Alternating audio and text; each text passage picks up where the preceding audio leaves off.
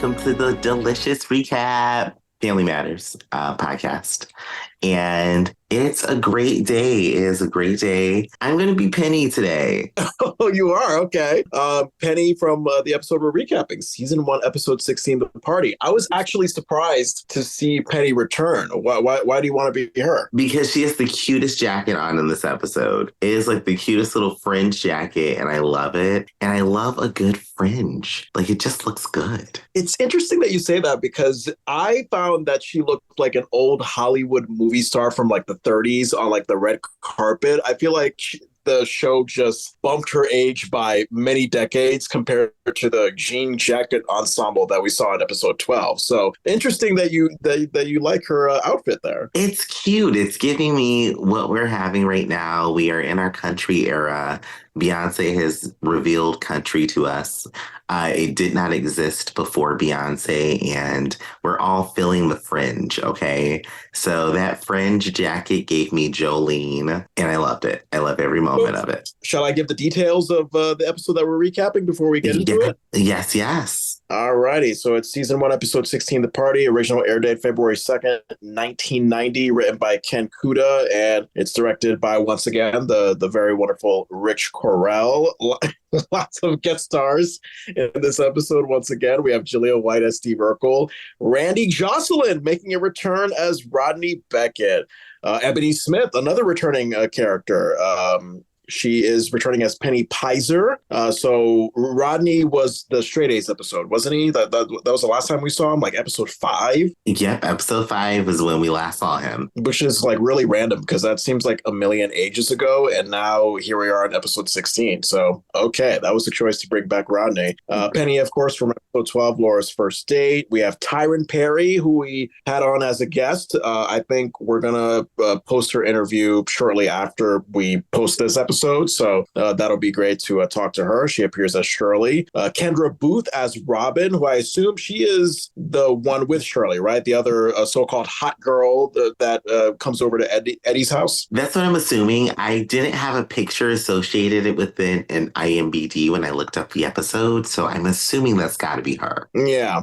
Sean Harrison makes his debut not as Waldo, but as Guy in Towel, who should be just pretty much Waldo because all the characteristics, everything that defines Waldo, Sean was basically doing it as Guy in Towel. He really did. He was already giving Waldo. I was like, that's Waldo. Yeah. We have Bruno Alexander playing the officer, who looks more like a sheriff, to be honest with you.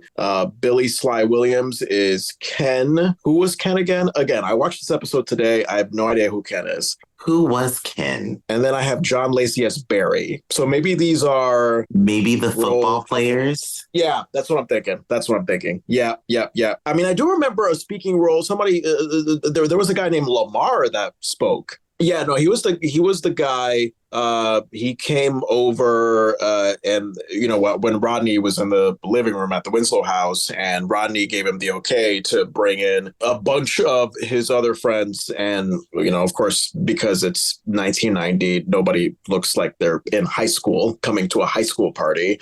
And Lamar later was the guy that was like, oh, you know, Urkel, who are you? Like, you coming in with girls? Like, get out of here, man. Like, he was that guy. He was the jock guy. I like him. He's a fun character. I was going to call myself him, but then I was like, no, he was a bit of a douche to Steve in the end. Yeah.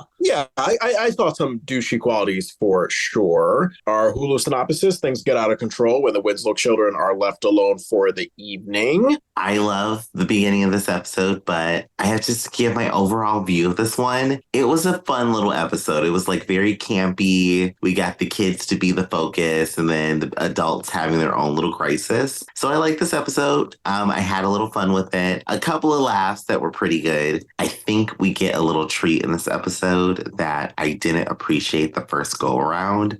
So I'm excited to talk about it. And I remember you saying that you didn't like this episode as much as episode 15. Like you didn't connect with it as much. Do you still feel that way even after rewatching it? Yeah, I still feel the exact same way. That feeling hasn't changed, but the episode isn't as unconnectable as it was. Will it spoil anything if I ask why you didn't feel as connected to this episode as episode 15? Will that spoil anything now? It won't spoil anything now. It's really just, this is not a scenario that I myself had as a kid and I never desired to have, but it's always interesting to watch. So it's not something I could connect with fully, but there are parts of it that made it a little more interesting. Okay. I do remember you saying to me over text that this episode reminded you of, what was it, just the joy or the simple experience of like being left home alone without the parents for the first time, something like that? I think I text that. I don't remember, but I get the feeling it was something like the parent trap I was thinking about when I was watching this episode when I text you that. Because I'm like, oh, okay, this is a little different than the parent trap, but it's like we kind of get the kids taking charge finally in this like very tropey episode. So it's not bad, but I still just didn't have a way to really connect with it. This might be the first time that the kids are the A story and the adults are completely relegated to the B story. I don't think we've ever had that happen before. We haven't. This is the first time it's happened. So it's an interesting mix.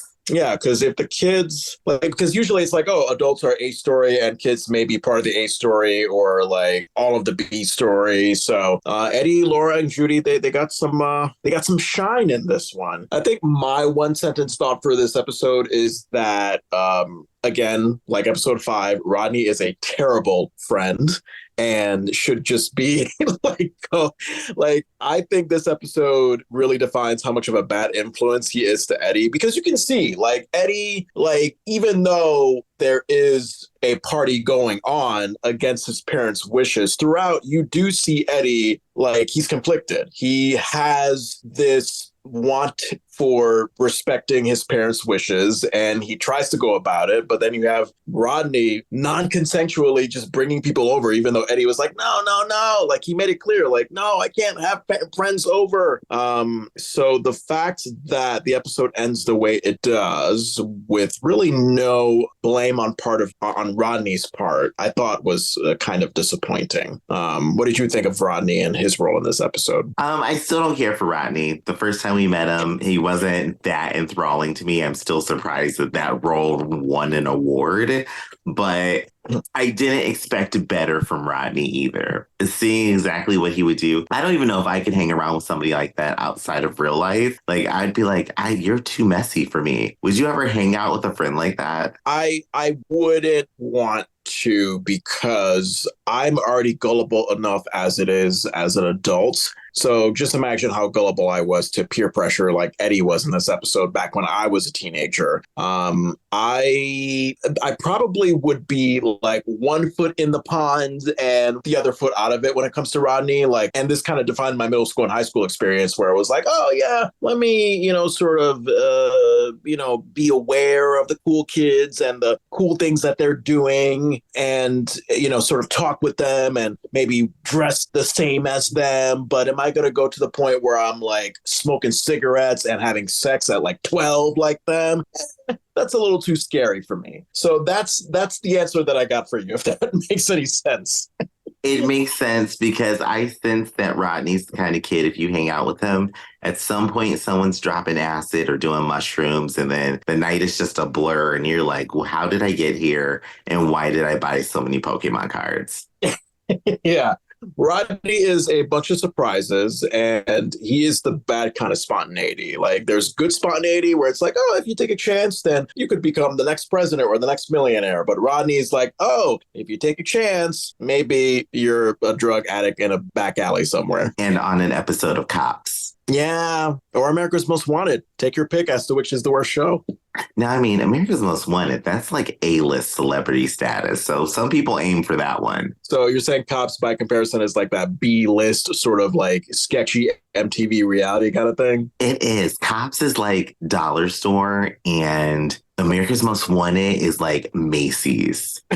Okay. Wow. I thought you were going to be like Cops is like Walmart, but yeah, Dollar Store and Macy's, that's like, yeah, that couldn't be any more different. I really want to talk about this cold opening. I feel like we are getting indoctrinated with Bobby Brown all over this first season. Yes. that was literally my first bullet point. I was like, Jesus Christ, the Bobby Brown obsession on this show is just real. And it's a great song, Every Little Step. But I looked at this on YouTube. It came out in 1988. This episode is coming out in 1990. Get over it. I mean, maybe it was still a popular song by 1990, but like, we get it. Bobby Brown, popular singer. Let's move on. Yes, they are literally playing the song in a loop this entire season. Yeah. I mean, so it's, so Eddie's like bobbing his head to the Bobby Brown music video on TV, as we open the episode. And I think the last time we heard it was in Leroy's in the Laura's First Date episode,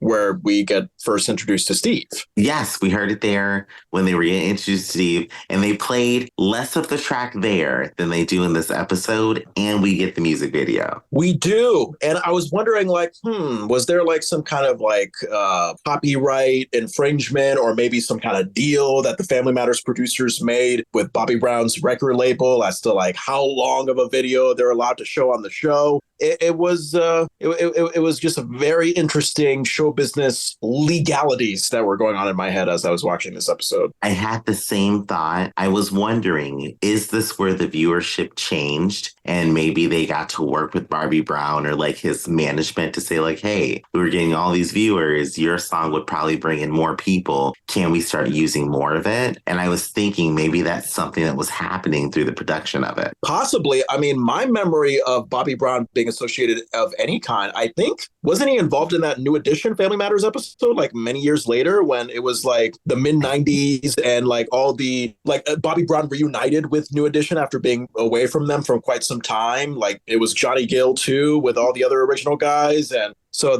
that's my only memory of Bobby Brown being associated with Family Matters. That could be an interesting point. It could be. I wonder, now I have to see that episode too. It's been so long, I don't remember it. Yeah. So we had the Laura's First Date reference. We have the family choreography, the My Prerogative. That was from the Man Friend episode. And then we have that moment where Steve enters. Eddie immediately was like, "Oh, hey, Steve, Laura is upstairs," because he's just so focused on Bobby Brown. I was like, Eddie, my God, Bobby Brown has got you so transfixed that you are consenting to unconsensual stalking from this annoying neighbor for your sister. Yes.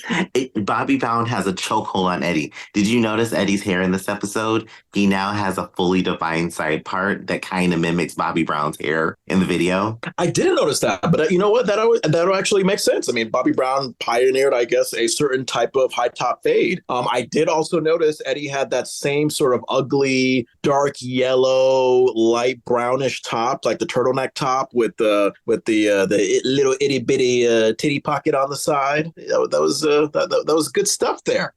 I still don't know what that pocket is used for in sweaters. It's the weirdest little shaped pocket. Look, it's for like a Tic Tac mint. Like if Eddie wants to, have like a little bit of a mint or two there. What's the other thing that's besides a Tic Tac? What's the? It's like, you know what I'm talking about. Well, like I'm thinking like a Mentos or something, but then it would look like your nipples like super hard in there. So it's just a weird place for a pocket. This is why. Okay, I'm trying to think of the mints where it's in like that metal box and like the box is an Altoid. Altoid. There you go. So maybe not the box of Altoids, not the little box of Tic Tacs, but like the single Tic Tac or Altoid. You put that in the titty pocket and then you put it in your mouth just in case a girl comes up like Shirley and Robin spontaneously and you need to have a fresh breath. That's all I'm saying. It's like a young person's version of having a condom just in case. Okay, I can see that. Having just one mint, just a single mint ready in that pocket. I can see that. That would make a lot of sense. And speaking of titty pockets, don't think that I'm not going to mention Steve's 3 pens in his titty pocket. Come on now. I was like, are those pens? Are those markers? I have no idea what they are, but clearly Steve is ready to grade some papers. Steve is ready. He has his pocket protector in with his pens. I'm going to say that it's a dry erase marker, a permanent marker, and a pen for correcting things. Okay. And was I the only one? Like, I was very overwhelmed by his button down. The button down that he was wearing, it seems very line-ish and very zigzaggy-ish. A lot of stuff was going on, a lot of patterns. This was Steve's fashionable moment. He had like that quintessential 90s pattern to his shirt. And it was ugly, but it was good ugly. Steve's dancing. I always love when we get to see him dance. It's just a fun little moment. And how he comes and dances out one door and comes back around through the house to the opposite end. I laughed. That was a funny little delicious moment for me. I was actually going to ask, like, so first of all, when Eddie was like so annoyed with Steve, and Steve is dancing, trying to dance like Bobby Brown, because I think what had led to that moment was Eddie being like, oh, actually, no. I think Steve was like, oh, Steve, like, how can I improve my approach to Laura? Eddie was suggesting that, hey, be like Bobby Brown. He always gets all the babes. And Steve just kind of, does his nerdy look at the TV and does his classic goofy old dad dance, trying to mimic Bobby Brown's every little step I take dance moves. And then somehow, I guess the writers and producers assume that Steve is not smart enough to have eyes and know that someone is trying to push him out the door. That's what I found weird. It was like, no, I think Steve is smart enough to be aware that, like, he's dancing and he's suddenly coming close to an exit to the front door, but whatever. I thought that was going to be it. When he came out from the swinging door and continued dancing, I was like, whoa, okay. Can you imagine how quick Jaleel had to go around the sound stage to make that happen? He had to run, but I mean, music makes you feel good. So maybe he was still feeling a little groove and he just didn't lose his pace. But I imagine that sound stage is huge and he had to run around the whole thing. Spoiler alert, when we do our rating at the end of the episode, Steve's dancing is going to be a big part of it. I'm not going to lie. I mean, his dancing was making me laugh where I needed laughing. I am interested to see where you put it because his dancing is a part of my score. It is fully a part of it because it was that iconic in this. Oh my God.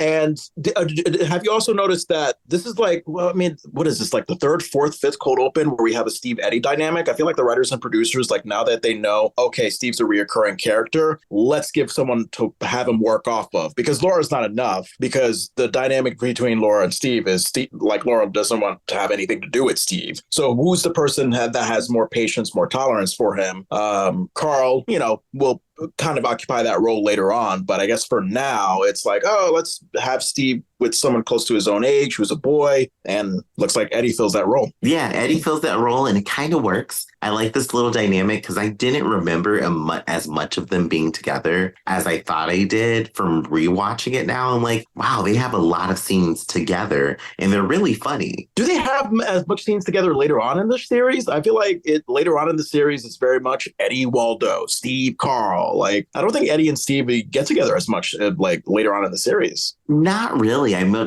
they had like their little hijinks and moments, but outside of the first couple of seasons, I want to say it was more Steve and Carl, except for the episode where Eddie becomes Steve. Oh, yeah, he does. Oh, is that's one of those like bullshit time machine episodes, right? It really is. I think it's the time machine or some little, they jumped in some shit and it did not turn out good. And it was a bad episode. God. All right. That's later on when we're like so deep into Family Matters that we're so cynical and tired of the show. Right now, we're supposed to be like positive and optimistic about what's to come. So let's just pretend that Family Matters is good for all 9 years. Yes, we'll pretend. But when we get to that season, we can call the show The Delicious Recap, the later years. Yeah, not even Family Matters anymore. Just the later years where family clearly doesn't matter as much. Yes, I'm excited for it now. In a decade, when we get there, will be fun. I am so shocked because I have not been paying attention to the opening theme that much lately. And then I actually paid attention to it. They still have Shadow Judy in that dinner scene. They still have Shadow Judy from the pilot episode in that dinner scene. This was like, we're talking fall 1989. We're in almost spring of 1990, 16 episodes later. Get her out of there. And also, let's update the opening theme for Eddie's sake, because he looks like he's 3 feet tall compared to what he is right now in the active episodes. Like, especially when you see him like shooting hoops with Carl, it's like, oh, that's a whole different tiny Eddie compared to the tall giant that we're seeing right now. Yeah, they really need to update the opening. I have not paid attention to it for about the last 10 episodes while watching. I've just kind of been like, oh, whatever. I'll think about it later. But now that you mention it, nothing has changed in that opening, and all these children look different now. Yeah, they're so lazy. So I think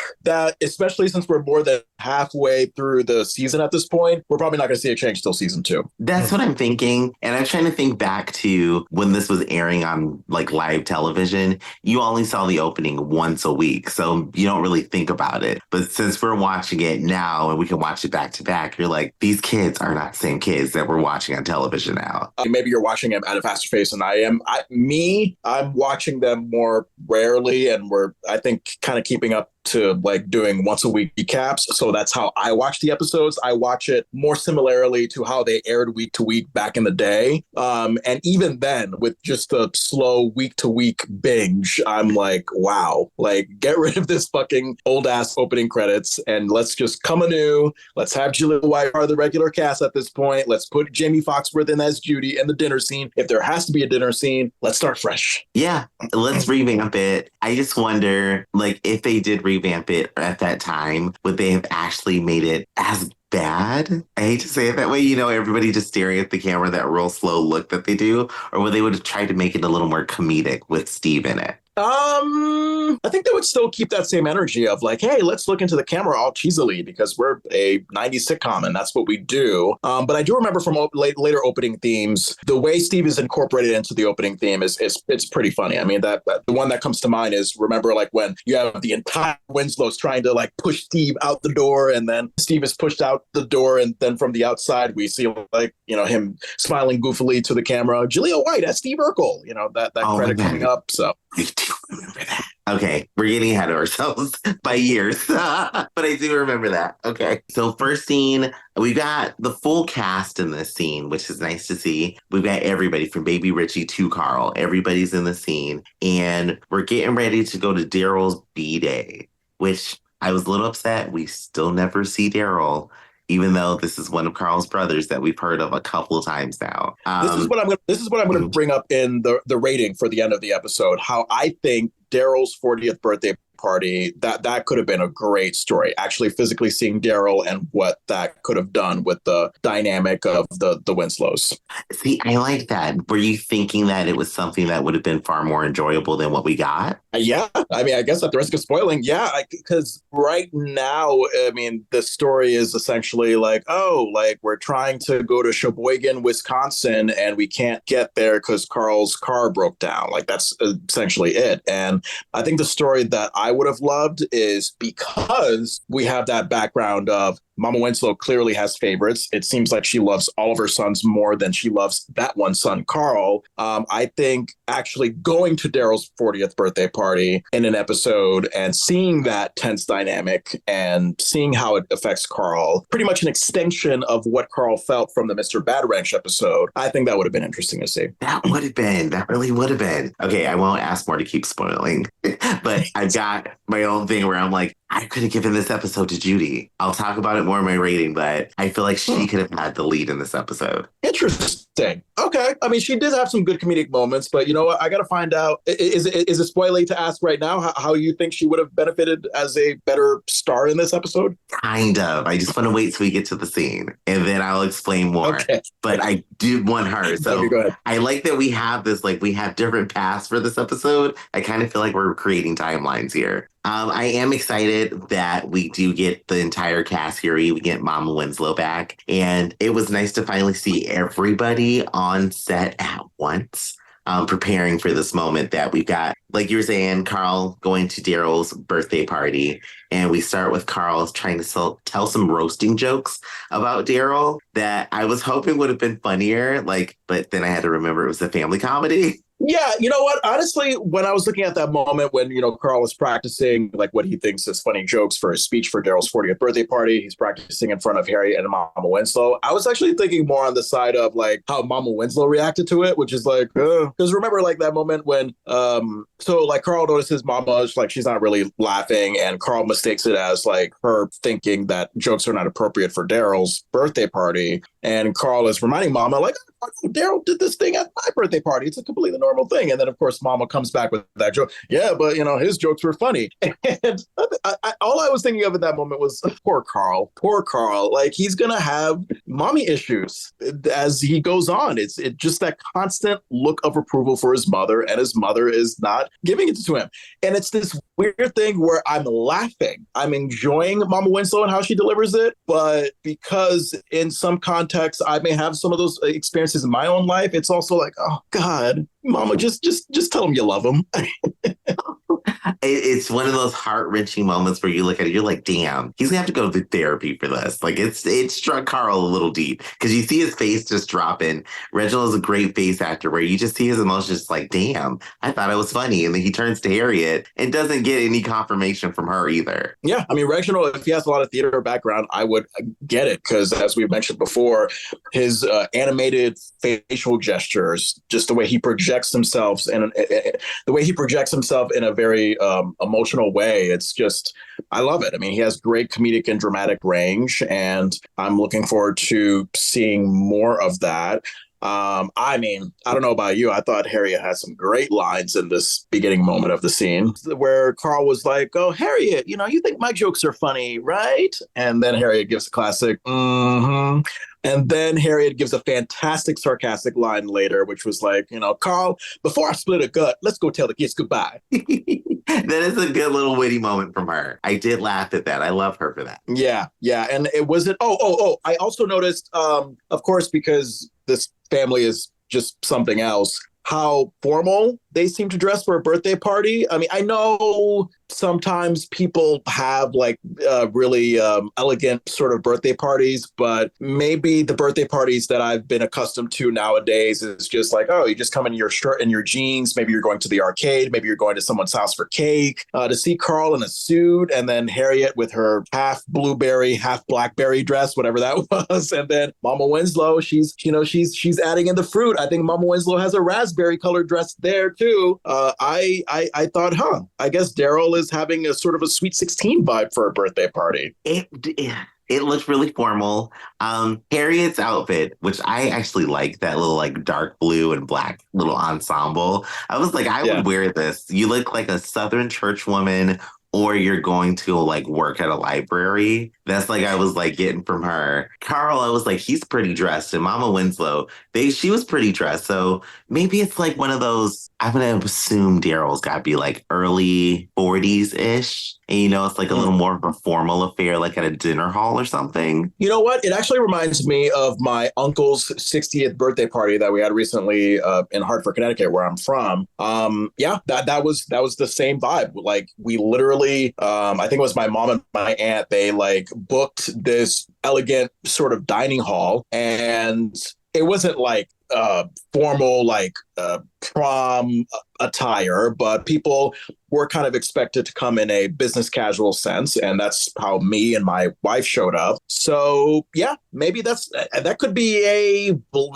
sometimes a Black adult family thing that, with milestone birthdays like the 40th, the 50th, the 60th birthday party. Nah, bro, we're not gonna have like a backyard barbecue with the weird ass dad slippers, the slides. We're gonna like dress up, and if you don't dress up, then your ass is gonna be kicked out. It's a very formal affair with a PowerPoint presentation of the birthday person. So I'd be down for that. Was PowerPoint existed back in 1990? They probably had flashcards. Now at this time, we would use like a little good PowerPoint. No, they had the projectors. So, the clear sheets and the projector, you put that on there. Boom, golden. So did you also notice the interesting dynamic of Carl being the one worried about leaving the kids alone in the house, and Harriet just being like, no, don't worry about it, Carl, they're fine? Because I thought it would be the other way around. I thought they would like lean into the stereotype of like, oh no, the mother, like, she wants to make sure her household is in order, because, they always show Harriet cooking, cleaning, doing all that stuff. So I don't know if you thought about that at all, but that's something that rolled around in my mind when we approached that moment in the scene. I did think about it. I thought about it because I thought the way you thought about it, Carl would be the one to be more like, oh, they're fine, let it go. But then I thought about what we got from Harriet so far throughout the season. And Harriet has helped use Eddie to get out of trouble, like with the car. And then she also helped Eddie with his curfew. I think she wanted to encourage Carl to at least let him stay out a little longer. So I feel like Harriet's the more fun parent in this relationship, even though Carl is the funnier person. Yeah, and maybe it's just Harriet has a sort of soft spot, first child born, mama's boy dynamic with Eddie. I mean, and you, along with your examples that you had mentioned, let's not forget the unfair comparison in the Laura's First Date episode where Eddie was allowed to date as early as, I don't know, 12, 13. I think he took a girl to a roller skating rink. But Laura approaches that same age and, Harriet is all of a sudden like, oh, if you date now, then you'll be married to a creepy Mormon and he'll murder you by the time you're 30. I don't know why I imagine a Mormon person in a very freshly pressed short sleeve button down shirt with a bloody Bible now.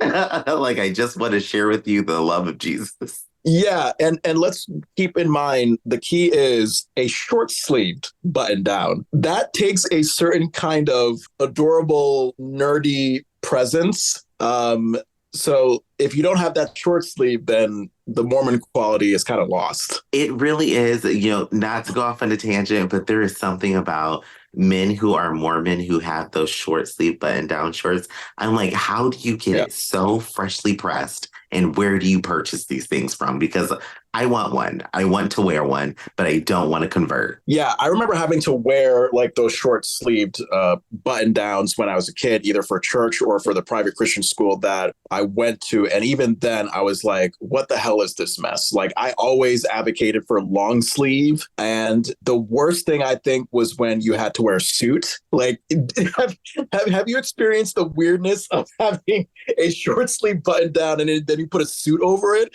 and then you feel like that airy feeling on the lower part of your arms that is like exposed? Because it's just it's really odd. So please, if there's any PSA, if you want to be a perfectly normal person who doesn't kill people or marry girls at 13, wear long sleeve button downs, for the love of God. For the sake of humanity. We get Eddie, Laura, and Judy in the kitchen, and Eddie is cooking. This is the first time we've ever seen him cooking in the show. And he's cooking a meatloaf, a béarnaise sauce, which I am not familiar with what that is, and I think vegetables. And it just seems like they're preparing for all the hijinks we're about to get from the Family Matters tropes. Yeah, so thank God for subtitles and thank God for my curiosity, because I was like, wait, look at Eddie being all like fucking elegant and bougie sounding with the béarnaise sauce. According to Google, it is a rich sauce thickened with egg yolks and flavored with, I think it's pronounced tarragon, Tarragon, tarragon. Mm-hmm. Yeah, that's tarragon. Yeah. So that is dangerous that Eddie is somehow knowing of the béarnaise sauce, but cannot get that when people ask him about his tomatoes, it's in reference to his apron. To go back to the last episode. There's something there. You know what, Eddie? He knows eggs and I guess sauces, because this sounds like a very complicated sauce just from your description. So maybe he doesn't know where the vegetable comes from, but he knows how to push them. Possibly.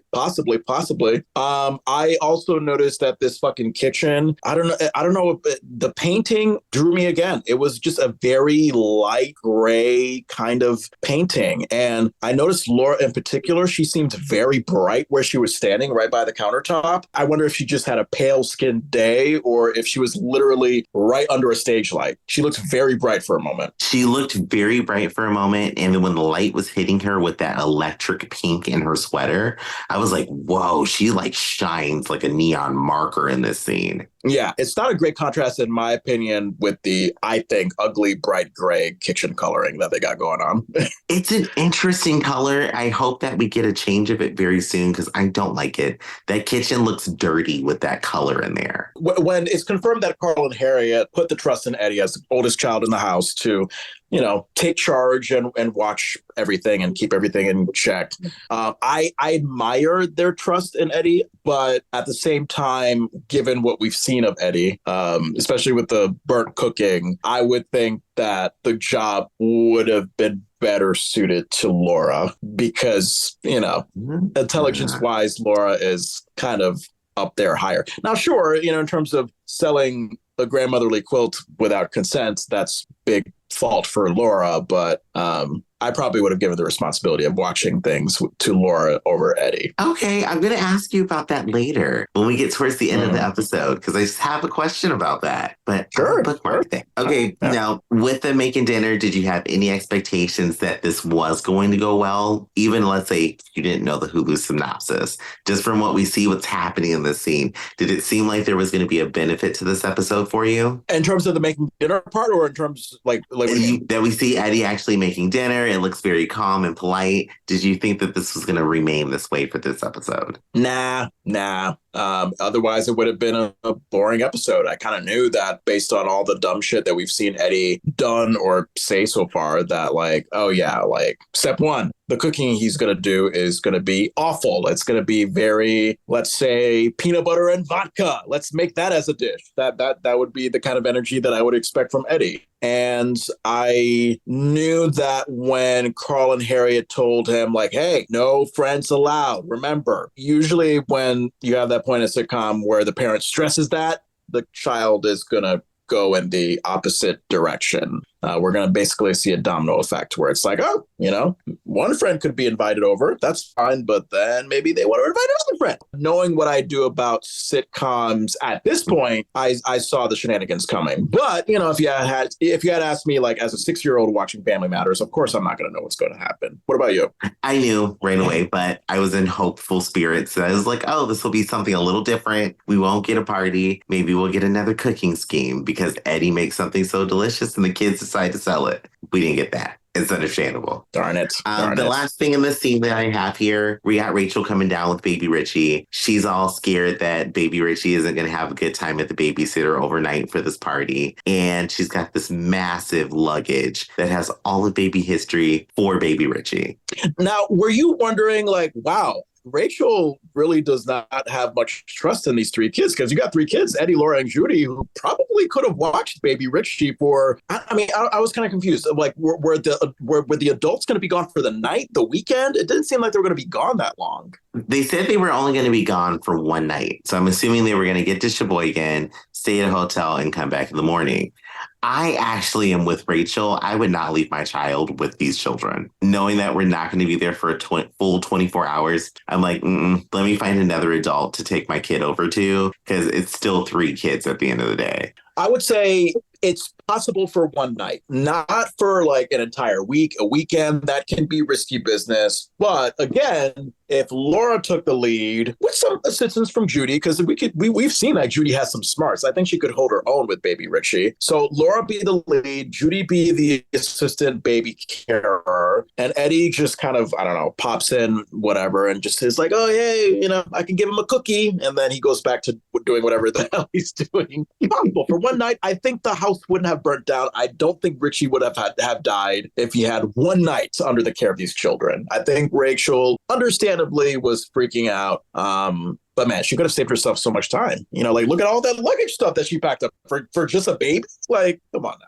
I mean, yeah, she packed up all that luggage. She changed their road trip plans. This made me think of what time it was as far as the years, where she's like, we've got to stop every 15 minutes to make a phone call. I was like, damn, that's going to make travel such a bother for them. Yeah. Oh, my God. I do not agree with people who are like, oh, my God, the good old days, and I hate today, blah, blah, blah. Look, when it comes to technology, today beats the good old days anytime. I do not want to know an era of when there wasn't the convenience of the smartphone, where there wasn't the convenience of a GPS on your smartphone. Like, stopping every 15 15 minutes for the chance of finding a payphone. No, forget about that. I like Today. I love Today. I am with you there. I was watching this episode and thinking like they don't have the ability to GPS where they're going. That seemed so foreign to me, and I grew up in this time. Yeah, not even like this is not only pre smartphone GPS, but pre TomTom. Remember the TomTom?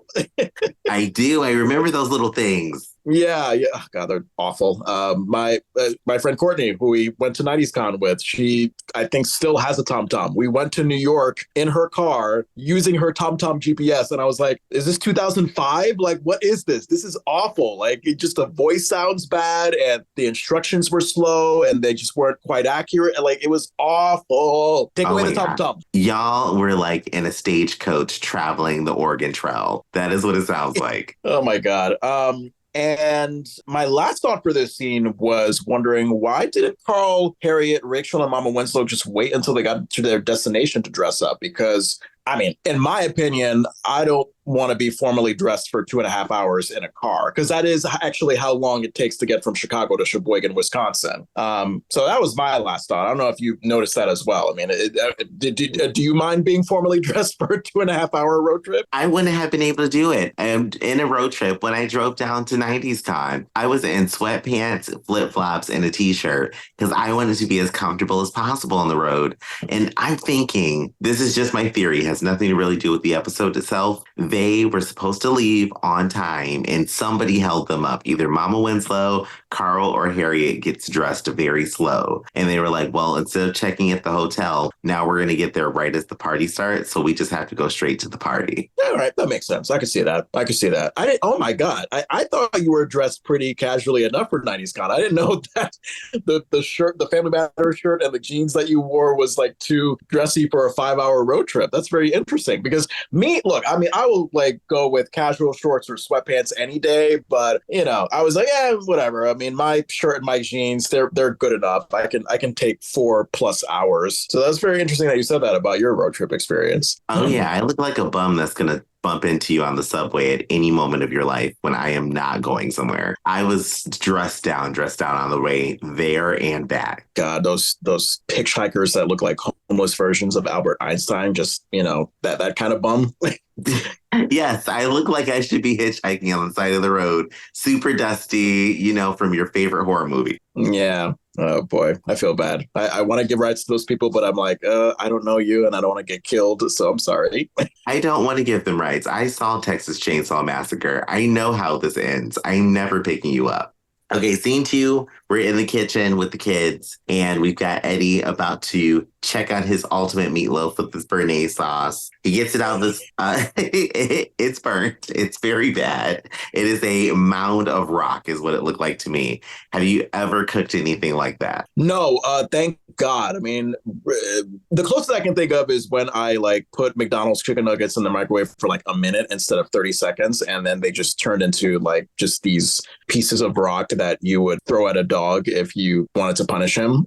Yeah, that's all I can think of. I mean, I don't think I've ever had, I'm not the best cook, I'm not the most patient cook, but I've definitely never had a burnt meatloaf experience. I've always had the benefit of like the Hello Fresh instructions right in front of me. So even if it doesn't turn out the best, it's still going to turn out good enough where it's not going to be charcoal. I can say at least 4 times a year I cook charcoal. It comes out looking just like that because I am not the best when it comes to cooking and paying attention to cooking. And I related to Eddie on this. His burned meal was a burned meal that I've enjoyed once in a while. Oh, so enjoyed it, meaning that even after it was burnt and horrible, you were like, I'm going to eat it and just suck it up. Yeah, it wasn't delicious, but I was like, I spent the money on this. I'm still going to eat it. There you go. I like that. I like that perseverance. As to Eddie's burnt meal, since we've now confirmed that Jamie Foxworth loved the prop food, I am wondering if she ate that burnt piece of whatever it was. I feel like that should violate child labor laws, making a child eat something that's burnt, so I hope not. Well, again, I mean, she genuinely likes the prop food, so maybe she wasn't forced. Maybe she was just like, sure. The onion sandwich the other day that I ate was good. Let's try this.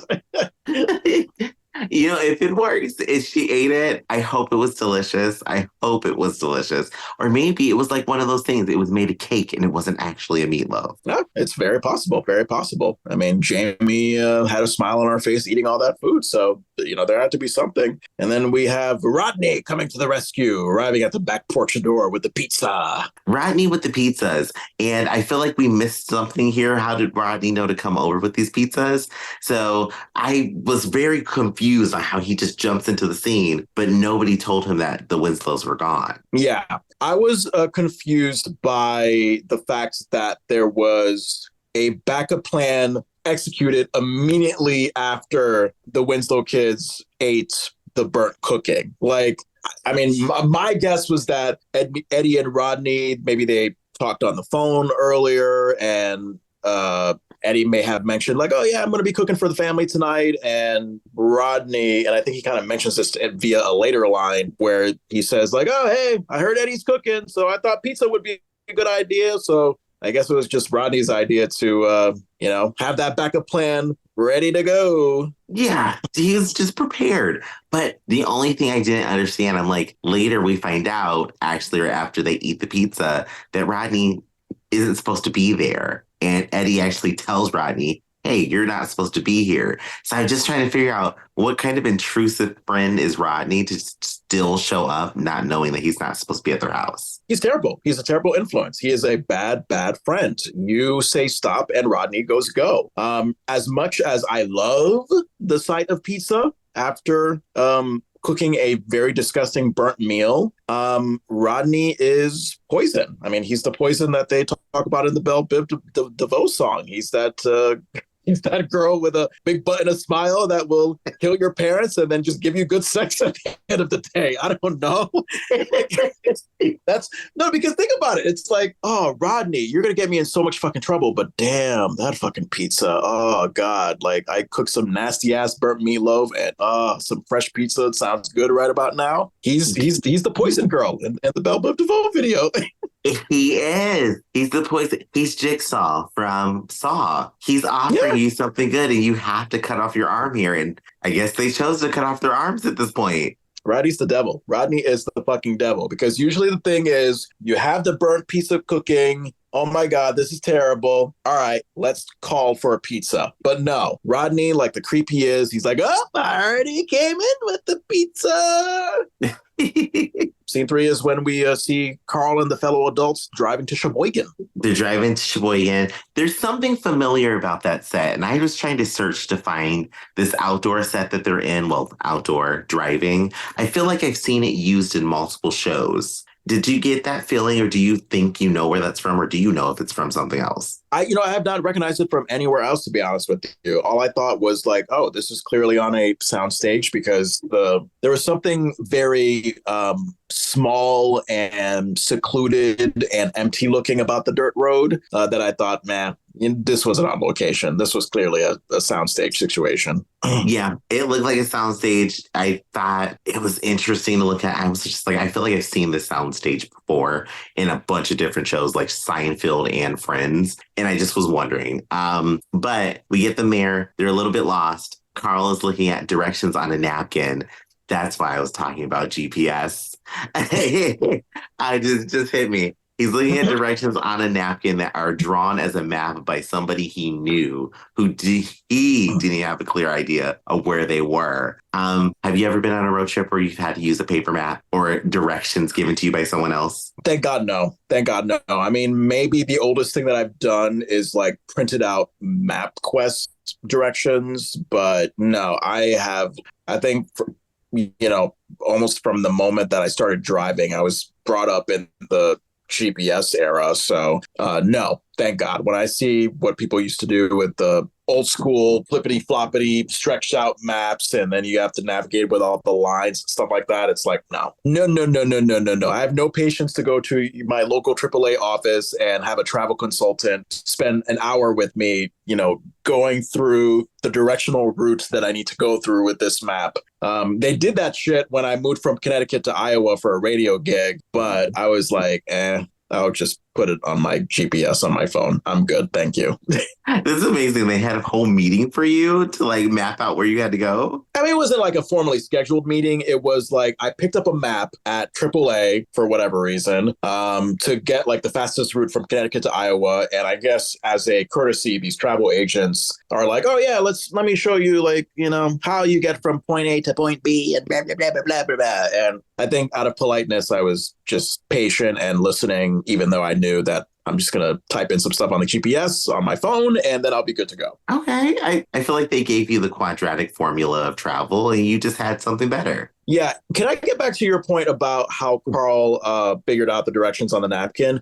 I found that to be a very rare line when he said, I think he said something about like, oh yeah, Howard Simpson gave me these directions on a napkin at the taco stand. And I was like, just out of nowhere, who comes up with a line like that? Like, who's Howard Simpson? Why is Carl randomly asking him for directions after grabbing tacos? Like, I wanted to know more about this Howard Simpson and this taco stand. I want to know too, is this somebody he works with? Or maybe he visits the taco stand on his patrol route every day? Yeah, that would make sense. Taco Tuesday. I can see that. Maybe they left on Tuesday and they're headed to Frank's. Not Frank's, Daryl's. Yeah, you got your brothers confused. I did. Oh my God. For me, after they stopped the car because they were lost and the car doesn't start back up, I was kind of like thinking about that. I was thinking about road trips that I've gone on as a kid. We had to use the paper maps when we were young. That was like crazy. And then when I started driving road trips, I had to MapQuest directions. It was still a little before GPS was big enough for it. And I think this was the point where I related with the episode, where it was like, okay, they're driving somewhere, and I always had fears of driving by myself along the road because of sitcom things like this. What I noticed was that Sheboygan, 2.5 hours from Chicago, also just an hour from Milwaukee, where Herb and Diane escaped to. Oh, I forgot about that. Yep. Where they said, fuck it, we don't want Steve Urkel anymore as our child. Let's go to Milwaukee for a bit. I mean, would that be considered a child endangerment case? I mean, technically, yes, but this could have given us an end to have Steve in this episode. He could have been their GPS. That would have been nice. I loved Mama Winslow's no-nonsense elder energy because, of course, Carl is like, oh, no, we're not lost. I'm just trying to figure out where I'm going. And Mama's like, Carl, just admit it. You're lost. Okay. We get some good jokes from Mama Winslow, and she is that parent who's like, just admit it. We're not getting to my favorite child's birthday, and now I'm upset. When she oddly but funnily just gets philosophical, like when Carl is trying to figure shit out, like, Carl, how many times have I told you that there are no shortcuts in life? I love Mama Winslow. She's the philosopher and then uses that same energy to turn that joke around again. Oh, when Carl's car like doesn't start when they get to that point, and Mama Winslow just further puts him down by saying like, "Oh, 5 sons, and I've never missed a birthday party until tonight." I was like, poor Carl. He just gets the mistreatment. He really does. I feel bad for him in this situation because he's just getting beat up by Mama Winslow. The car is not working, and it's just like he's having a shit day. Yeah. And then I think the last moment that I noticed from this scene was like when Carl seeks to walk to the gas station and Harriet tells him he cannot do that because it's dark and freezing. Carl asks her if she wants to go. And then it seemed like Harriet already had a flashlight ready to go, like while Carl was talking when she was like, oh, here you go. Like it was interesting. It didn't seem like an authentic, like, oh, Carl says his line, Harriet thinks about it, and then grabs the flashlight. It's like, oh, before Harriet starts to speak, let me get my flashlight ready to go so I can say my funny line. Boom. It kind of did feel like that. I also thought it as Harriet was like, I'm going to pretend to want to do this for you, but I've already got the tools ready for you to just get out there and do it. Scene 4, this is when we get to Tyron Perry and Kendra. Yeah, I think her name is Kendra Booth. As Robin. Okay, as Robin. So we get both of them in this scene finally. This scene really just stuck out for me for just the entrance of those two and wanting to watch a Janet Jackson music video, which I feel like we got the instrumental for a song, but none of the lyrics. I didn't even hear anything Janet Jackson related at all. I mean, are you talking about like when we get to like the dance party of it all, where people are dancing and we hear some music in the background, or no? Yeah, kind of jumping ahead of that a little bit, but I'm referencing the girls talking about, oh, we're going to listen to Janet Jackson. And there is some kind of music beat playing later in the scene, but I don't know if it's Janet Jackson or if it's just an instrumental from one of her songs. Interesting. Can we also talk about what an event they made that seem like? It was like, you got the VHS tape. Hey, guys, you want to watch something that's going to be like maybe 3 or 4 minutes long? They made it seem like it was like a big movie. I don't know. Has that ever happened to you back in the day where you made an event with friends to watch a music video? Yes, 100%. Michael Jackson videos, a couple of Janet Jackson videos, Beyonce, Backstreet Boys. Like, I can remember times where it was like, ooh, this music video is about to premiere. We all got to be at someone's house to watch it. And we would always do that. Have you ever done that? No. I mean, I certainly growing up in the 2000s in middle school and high school, I mean, I certainly remember the days of watching music videos on BET and MTV. But I think that by then, music videos as a art form were so saturated that it was just one of those things where it's like, oh, turn the TV on and see a bunch of music videos pop up in front of your face. Maybe some you'll like, maybe some you won't like. I've never made appointment scheduling out of like one particular music video. It was just always like after school, I got none. Well, I mean, I should be doing homework, but I'm not going to. I'm going to watch BET. And yeah, whatever music video pops up, I will just watch it and enjoy it. That's how my childhood was. See, I remember going to one friend's house specifically. We saw the Michael Jackson Ghost video, and his mom was like, y'all better not say anything. Don't make me miss this. This was an event for her life. I remember that. So when they came over with the tape and they're like, oh, we got Janet Jackson's music video, I remember her recording Michael Jackson's music video just to rewatch it over and over and over again. Wow. That's something. So it sounds like it was worth the anticipation, the build up to that video. It typically was, because back then you didn't have like, I don't even think Yahoo Music was a thing. So like you couldn't go to Yahoo Music and even watch a music video. And those were the days where it was like watching a music video through a tomato soup can. So now, oh my God, I just feel so spoiled. Yahoo Music, that sounds so foreign to me. I didn't know that Yahoo had a music service at one point. They did. It was Yahoo Music, and you could go there and watch any music video you wanted. And then there was like Vivo after that, which I think started as Yahoo Music. And then it all got ate up by YouTube. Wow. All right. So we have Shirley and Robin coming in. So I think the setup is like, we see Rodney and the Winslow kids eating pizza, and, Rodney, like when first of all, do the ladies come in by ringing a doorbell on the back porch door, or did they knock? I think that they knocked. I think the guys coming in ring the doorbell, but I may be wrong because I actually don't recall it fully. Okay. But they did come to the back door, which was very weird. Did. They came to the back door. They did. Back porch door. Rodney, somewhat innocently claims like, oh, yeah, I met these ladies at the pizzeria, and I thought that Eddie, maybe you might take some interest, since they're very attractive and flirtatious ladies who clearly do not look like they're in high school. I think Eddie is supposed to be like a freshman in high school at this time, and I confirmed with Tyron, who played Shirley, on DM that she was about 20 or 21 during this episode, and just as I suspected. I mean, I was kind of like asking if it was like related to child labor laws, blah blah blah, and she did say like, if you hire a 20 to 21 year old versus a 14-year-old, like as a production person, you don't have to worry about like giving them an on-set teacher, the things that you have to look after for children. And did you notice with Shirley, first thing that popped up? I mean, first of all, Robin had what does she have? Like a purple trench coat ensemble, like a thick purple trench coat ensemble. Yeah, it was like a thick trench coat-ish, like raincoat thing. It was cute, but it was hard to describe. She looked like Jubilee from X-Men. And please, if you can, describe specifically what Shirley is wearing. All I got was country music star. She looks like she should be working in country music. Tyron confirmed that was her personal clothing, that because she wasn't there like much in the episode, that I guess production just didn't want to, spend too much time on it. And they were just like, hey, just pick out your own wardrobe and do that. And remember, in our interview with Tyron, spoiler alert, she said that if she could have, she she would have, been a country girl in Kansas. So that came out, and her fashion, I thought, was how, wow, you kind of look like a Garth Brooks right now. I was getting like a little Garth Brooks, and for me, a little bit of a Cher moment because she had on the fringe jacket with the dress, which it was very fashion at the time. So I thought it was cute, but I was like, oh, again, y'all, I love fringe. If it's fringe, I'm wearing it, and I would have worn that. So that's what it was called. I was thinking like, oh, is it called a shawl? Like that thing she was wearing with the stringy stuff on the bottom? The stringy stuff is the fringe. Oh, okay. Well, anytime I don't know what something is in terms of clothing, I think like, oh, maybe Andrew will know. And there you go. You defined it for me, French. I love that. And I also thought that was awkward of Rodney to invite these ladies over with like the intention of like, hey, maybe me and Eddie will get lucky. And then you have Eddie's two fucking younger siblings just sitting behind them. Like, excuse me, what's going on? We've got the early Stifler.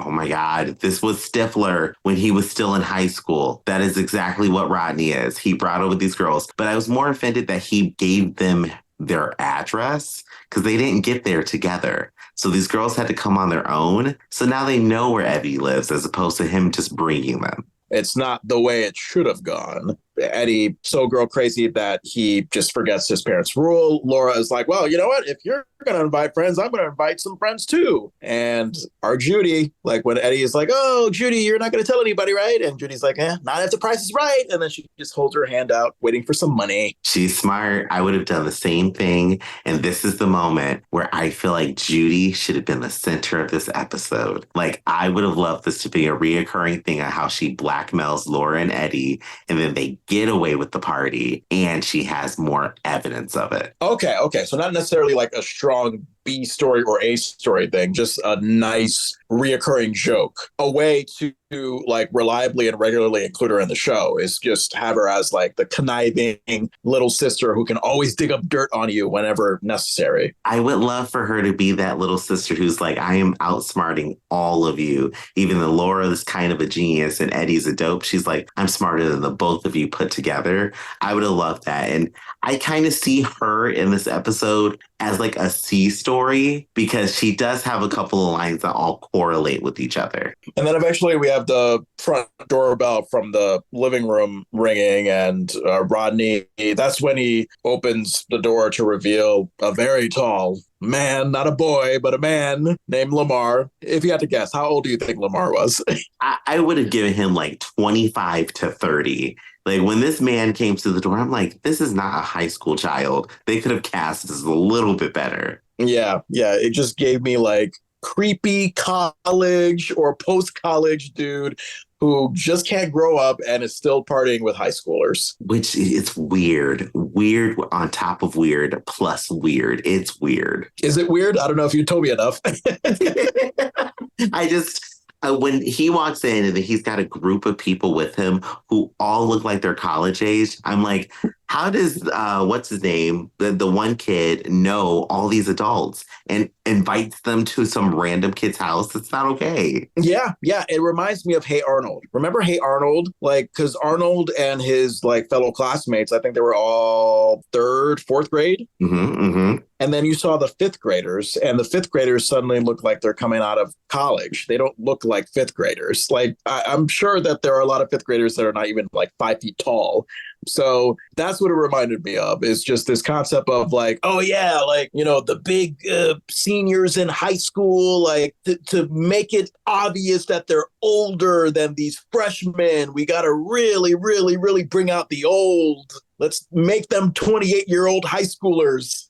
You have to know that they are seniors. They're seniors because they look like they went through war. There were a couple of things that I did notice as far as stage-wise that I was interested to see how it was going to be moved around when the party really started. Like the chairs, the furniture, what was going to be destroyed, what wasn't going to be destroyed. So that kind of set the anticipation for me that more kids are going to be there as the episode goes further. So I was excited in anticipation for what destruction we were about to see. So what do you mean by that? Do you mean that like the furniture the way it was set up in the living room, that it was set up in a noticeably different way that lets you know that they're trying to make room for the party? Is that what you're saying? No, I'm just saying that I wanted to see what was going to happen with the furniture. Would we get that pink chair broken to pieces finally, and then have a reason to have Carl get a new chair?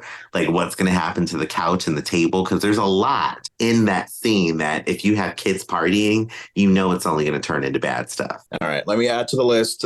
Please update the opening theme and please destroy that pink couch. Just destroy it.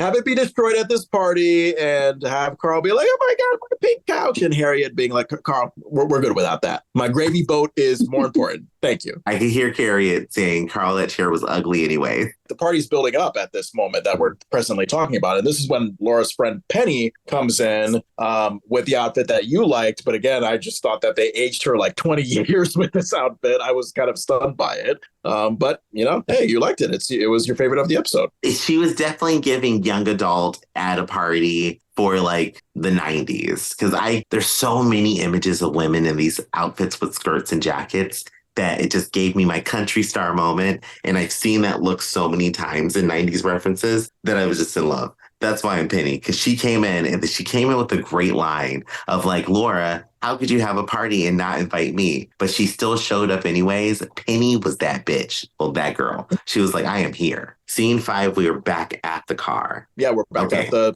road, like a half hour from Sheboygan. We're a half hour from Sheboygan. We're back at the car. Tow truck has not, no. Carl hasn't gotten back to the car yet. And Harriet, Mama Winslow, and Rachel are in the backseat trying to keep warm. So I was confused. Is Carl's car just completely broken down where it needs a tow truck genuinely, or did he just run out of gas? I don't know. They never clarified. They just try to start the car. It doesn't start. And we don't know if it's gas or if there's a breakdown issue. Yeah, because it's mentioned that he goes to the gas station for a tow truck. And I'm like, well, maybe you just need to go to the gas station to get gas and put it in your little gas nozzle can thing that you are supposed to have as a backup plan when you're in these situations, and then just walk back to the car. But all right, I don't know. That's the thing I'm trying to figure out. Maybe it was more mechanical, because if it was just gas, you would think he would have a gas can, especially being a cop. But then we know that this car has broken down since episode 2. So maybe he was just risking it by driving this car. Possibly. Was I the only one that thought that the sign that says 130, I initially thought that was the speed limit. I was like, whoa, okay, people in Wisconsin drive really fast. We later find out that that's the highway number, but I really thought like 130 miles an hour was the speed limit. Hello, let's go. That explains why seatbelt laws got so strict, John. They were driving 130 miles an hour. Yeah. Oh my God. But anyway, and then we see the falling snow, which I wonder. I was like, I know it's fake snow that's falling down, but is it asbestos? Is it debris? Well, now, why asbestos? I actually didn't think asbestos. Was that a thing? I feel like in olden times, back when, like, you know, you could work 15 hours without any health conditioning and then you died in a shirtwaist fire. Like, I think in those days you could have asbestos used as fake snow in Hollywood. I don't think it was that. I think by the time we got to the 90s, we're pretty aware that we need to be safe when using fake snow. So I don't know. Maybe it's just some artificial, or it could be pillow fluff. It could be like, you know, you had a pillow fight and then all the fluff that comes from the pillows, you just kind of save that up into a nice collection and then you just drop it on people. I can see that. I'm going with all your theories here because asbestos is like giving me like this weird like Saw-based fantasy in my head of what's happening. And then pillow fluff, who doesn't love pillow fluff? So I'd be down to do the scene. All right, let's do that. Asbestos and pillow fluff. We'll have that be our first delicious recap Winter Wonderland Christmas movie for Hallmark. Ooh, okay. Somebody finds love in the end and a granuloma. I did like in the scene that we get some good physical humor from Carl. After we've got Mama Winslow, Harriet, and Rachel in the backseat of the car trying to keep each other warm. Mama Winslow references her shortcut reference again about Carl because they're wondering what's taking him so long. And then Carl shows up, smashes his face into the window, making this very weird face to indicate that he's cold. And I did not get that. I was the same way. I was like, what? Like, Carl, clearly we understand you're cold because your eyebrows and your mustache, everything about you is notably frozen in the face. But why were you rubbing your face up against the window like a child trying to play some kind of prank on their parents? Like, you're cold, you want to get in the car? How about you just knock on the window? Like, it was just really weird how he did that. I didn't understand it. Rachel's scream, though, is what sold it for me, where it's like, okay, this is a weird scene, but it's interesting at the same time. Thelma Hopkins, if she hasn't had a career in horror movie screams, I don't know what to say, because she's been excelling at that so far. What I loved is how, in Rachel's way, of course Rachel's going to do this, like she goes into frightened dramatics about what could have happened to Carl while he was away, while he hasn't been back yet. And she was going on about like how she's heard of stories of where big, hairy, ugly men are preying on innocent tourists and leaving nothing but their shoes. And I just had this amusing image of like, wow, we just have a bunch of caveman and Bigfoots who are just roaming around Wisconsin being tourist cannibals. Okay. Thanks, Family Matters writers.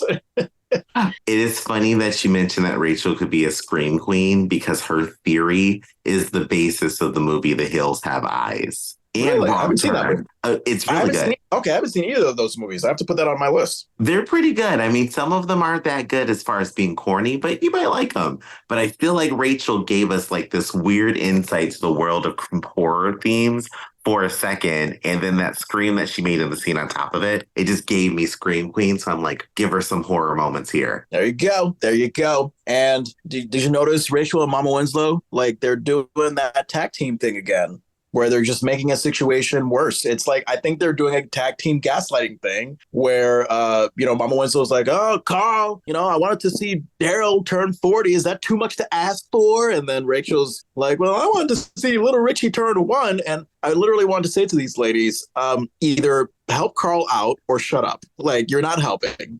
Yeah, they're not helping at all. They're just complainers, which this is the dynamic of a road trip group. You've got the driver, you've got the side coach, you've got the complainer, and then you've got the possible complainer or backseat driver. And I feel like those roles are filled by Rachel and Mama Winslow. Yeah, this is why I prefer to do my road trips solo. Once we actually get Carl back to the car, they're wondering why is everything taking so long? What's going to happen? We get a poop joke from Mama Winslow that I just had to highlight. I had to highlight that we get a poop joke from Mama Winslow, and it was good. The other funny moment was like when, Carl and Harriet, they're wondering what's taking the emergency road service so long to get here. And, Carl gets out of the car. Mama Winslow just comes out with that funny line, "Don't go, Carl. We need your body heat." And Carl's like, come on, Mama. It was a good moment. I mean, it was true. Carl was warming up that car with everybody else, but it was a good moment, a funny moment. And when they get out the car and see that the sign is wrong, another great joke comes up here where Carl knows he's wrong. He knows he's made a mistake. He asks Harriet not to tell everybody in the car. They get back in the car and she immediately says it. And I screamed. They told the emergency road people that they're supposed to be on Highway 180, but they're on Highway 130. Yeah, so the way the 3 is like on the sign and it's like kind of covered with dirt and snow, like you could confuse the 3 for an 8. You totally could. It did kind of look like 180 at first glance. And then when you notice it's 130, it's like, oh shit, this is going to suck for them really bad. Yeah. And what I loved is like when Carl finds out that they're on the wrong highway, he's like, oh, don't, Harriet, please don't tell the women in the car. And I'm like, y'all are like projecting pretty loudly and you're a foot away from the car. I think they could hear you already.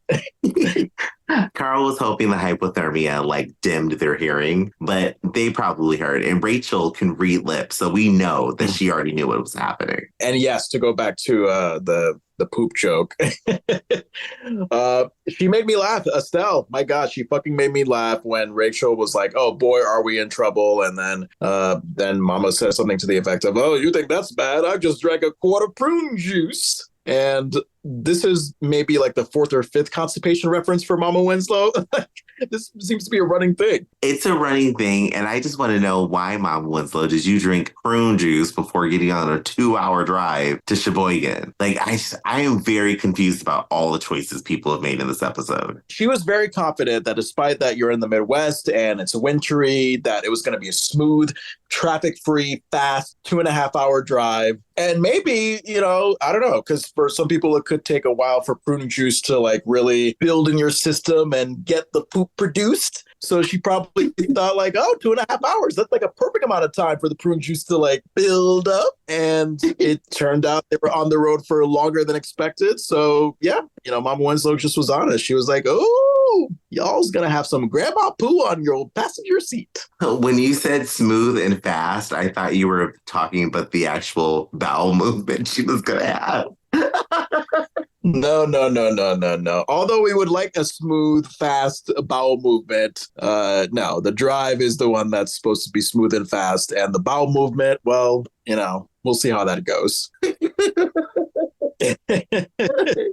I'm sorry, that really stuck out to me. I think at her age, like go to a doctor and go check on your colon. Like you're always mentioning this stuff with your like, oh God, if I eat dinner at 6:20, then I'm gonna be blocked up in there, and oh God, I got prune juice I got to drink every time. Like go to a doctor. Yes, go to a doctor, Mama Winslow. I am happy that people know their regularness, but this is a little too much for us. The sheriff/police officer, I call him sheriff/police officer because he dressed like a sheriff, even though he's labeled as an officer.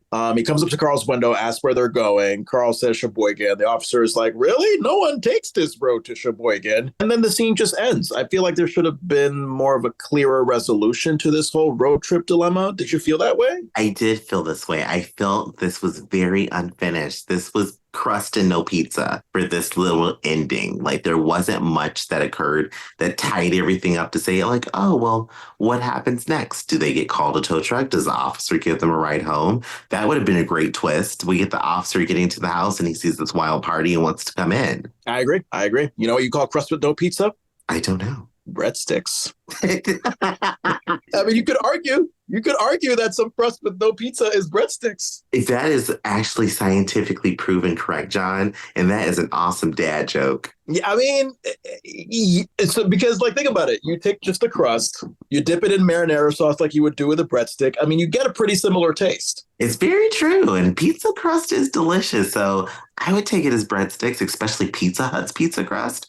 I would do that. Let's get back to the party. We have been outside. It's time for us to go back inside. The party is in full effect. And the first scene that stood out for me, we're in the living room and there is a massive amount of popcorn on the floor. I didn't detect how weird it was, but I did note that like Eddie, like poor him trying to vacuum this shit ton of popcorn on the floor. And I'm trying to think of the logistics of it. Like how many teenage parties, how many high school, college parties have you gone to where not only is it the usual dancing, music, having a good time, but there's also this obsession with eating lots of popcorn? I have never been to a house party and gotten popcorn. That just seems like such a clunky thing to have at a party. And I've never been to one. Have you been to one? Have I been to parties? Like parties where there's popcorn? No, I think the only situation where that's appropriate to happen is if it's like a retirement bingo themed party. If it's a slumber party, that would make sense. Like you get your popcorn, you go in front of the TV, you watch a movie, that would make sense. But no, man, I mean, I'm thinking of the parties that I went to back in college, and two things that you have to make a party: Domino's pizza, Jell-O shots. That's all you need. Oh, I was going to go with Jungle Juice and High C. What is Jungle Juice? That sounds dangerous. Oh, it's incredibly dangerous. Just imagine any liquor that somebody can afford and you bring a bottle and you just dump all the bottles into a giant Tupperware bin or a trash can and put some mixer in it and then you drink it. You don't know what you're getting with Jungle Juice. It's whatever liquor you bring to the party. Damn, that sounds like a 70s kind of college party. God damn, that sounds dangerous. Fun times. All right. But because this is a teenage, a so-called high school party, even though everybody looks like they're in college or beyond, I guess they're trying to stress the innocence of this party by saying, hey, nothing bad is happening because there's popcorn. Popcorn chews away evil. That's why you put popcorn on your Christmas tree. It's boom. We solved the mystery, John. Popcorn is holy and it represents purity. I did not know that. I mean, personally, my family never subscribed to the tradition of popcorn on the Christmas tree, but yeah, I can see how that would make sense that you have a popcorn on your tree. Then I kind of know you have not been touched. You've only been touched by the Lord's hand when you've been. I don't know. I don't know where my logic is, but I think that someone's virginity when you see a popcorn on their tree. That's my theory. I am never going to be able to eat popcorn again without imagining Della Reese and Touched by an Angel. That is all I'm going to remember now. Oh my God. Are you implying that Della Reese was a virgin on Touched by an Angel? I'm going to say that Della Reese worked for Orville and Redenbacher and made some delicious popcorn, because now I just cannot unrelate the two in my head. Woo! Anyway, back to family-friendly matters. This is what I was talking about with the Urkel Lamar moment. Like, Urkel coming in through the front door. I think it's at this moment he has that specific old dad, grandpa, like light jacket. You know what I'm talking about? Like, what do you call that kind of jacket where it's like, oh, you look like you're 87 and you're about to like walk your golden retriever near your retirement home at like some local park or something. Like, it's that kind of jacket. Yeah, it's like that cigar jacket type where it's like, you just look old wearing this. Like, you are going to fall to pieces if somebody taps you. And I guess it fits Steve, because Steve, by nature, I mean, everything about him is very lame and thus old. Yeah. So I love how, like, he comes in to the door, Lamar answers the door, asks him, like, who are you? Who are you? In that very bullyish way. And then Lamar asks if Steve has any girls. And then Steve says in a very creepy way, yeah, in my back pocket. And I was like, oh, God. I think Laura, you better watch out, because I think he's going to murder you. I don't know about that. It sounded very serial killery, where I was like, what does Steve mean by that? Has he got tokens in his back pocket? Oh, one thing, and I have to reference our interview with Tyron, that I could not unnotice in the scene. You know how she explained to us in the interview, when you're on set dancing, they turn off the music, but the background people and everybody still have to keep dancing. So I noticed it was dead silent, but all you hear is snapping. Like, you hear a couple of snaps here and there with a little rhythm, but no music. And I could not unnotice that. I do not remember that part about the interview at all. But now I got to rewatch the episode just so I can like laugh at myself. Like, oh my God, these kids are dancing to just absolute silence, which makes Steve's dancing moment even funnier. Oh my God, I love this. I was fucking laughing. Like, so yeah, he has like brief dialogue with Eddie, and then he exclaims, Laura, my princess. And then he does the pointy finger thing toward Laura. And I was like, oh my God, you're such a creepy, non-consensual stalker, but you're so funny. God damn it, Urkel. He's so hilarious. It was so weird, but I laughed. I rewound that scene 12 times just because his dancing. Steve shined in this episode. This was a shining moment for me. It was just the perfect, hilarious, lame dad trying to be cool dance. Like, there's lame dad trying to be cool dance where it's like, oh God, that's embarrassing. And then there's that dance where it's like, wow, I'm just laughing. Like, that's all that's coming out of me right now. Like, forget about the whole embarrassing thing. I'm just laughing because you're so damn funny. Laura, yes. My princess. I did the dance with him a couple of times watching the scene because it's just that contagious. It's so good. Oh my God. And how Kelly did not laugh when Jaleel was doing that toward her. I would have like just lost it. I wouldn't have been able to keep a straight face. Neither would have I. I would have laughed. I would have broke character and the scene would have been over. Yeah, because you have to make eye contact with someone who does that. Laura, my princess. Oh my God. Oh yeah. This is when I love Urkel. This is prime him. When he does this, that's like a 21-year-old. It doesn't hit the same, but when he's a kid doing this, it's the best. As a kid, it's hilarious. This was just one of those moments where it's like a diamond in the rough because we get to see it all polished up in our next season of him and his hijinks. But this was a good episode where I feel like we finally got introduced to the full Steve. Steve was great in that moment. We got the debut of Sean Harrison as Guy in Towel. That's the best that they could come up with. What I love is how we take the time to identify Tyron as Shirley and Kendra as Robin, even though I don't think their names are actually mentioned in this episode at all. No, they're not, because Robin only talks about the Janet Jackson video. Tyron only encourages Eddie to dance, but that's it. So we don't actually hear their names. So we make the effort of giving them names when they're never mentioned in the episode, but yet with Sean Harrison, it's like, oh God, we gave up. We gave up. Let's just call him Guy in Towel. Right. They were just like, Guy and Tell. I just wanted, if we can ever speak to him, I hope we can, because I want to know, after that scene, did they think like, oh, this is gold, we need to bring him back for later seasons? Like, what was it that brought him back? Yeah, I do remember asking that to Rich Correll, since he directed this episode.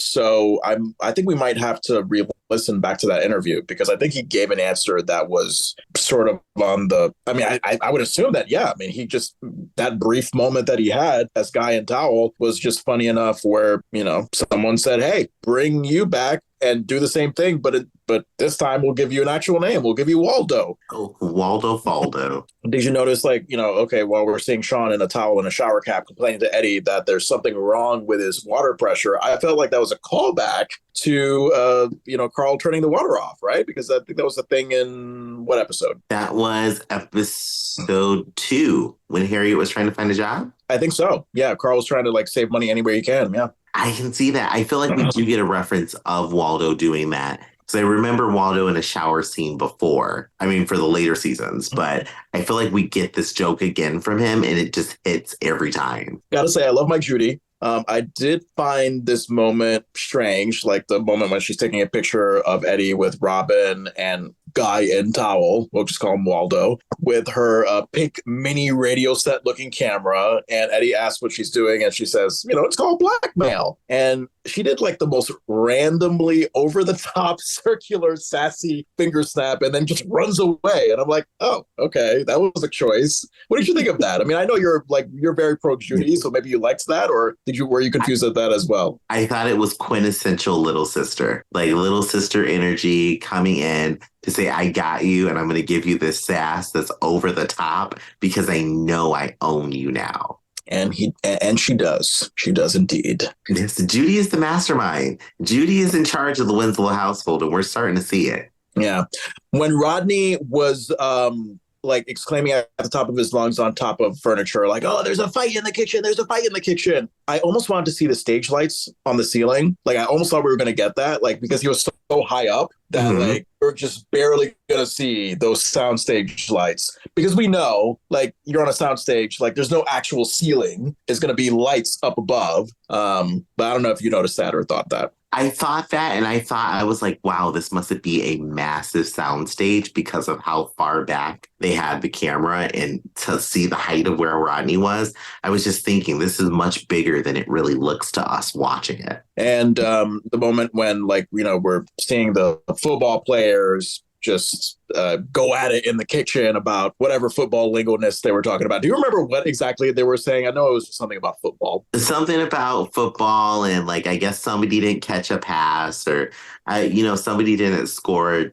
a hole in one. So they were just doing their thing, and they were talking about that. And then Urkel comes under one of the guy's legs and is like, yeah, your like safety wasn't playing the tight end well, or something like that. And then the guy got mad. And I knew that. I was like, yeah. Yeah. And I know that, like, Urkel, of course, amongst all the other things he's smart about, of course, he's going to be like the randomly knowledgeable one about football. I love seeing the height difference. I loved just seeing like these giant men who clearly look like they shouldn't be in high school. And then Urkel, who's like 3 feet tall.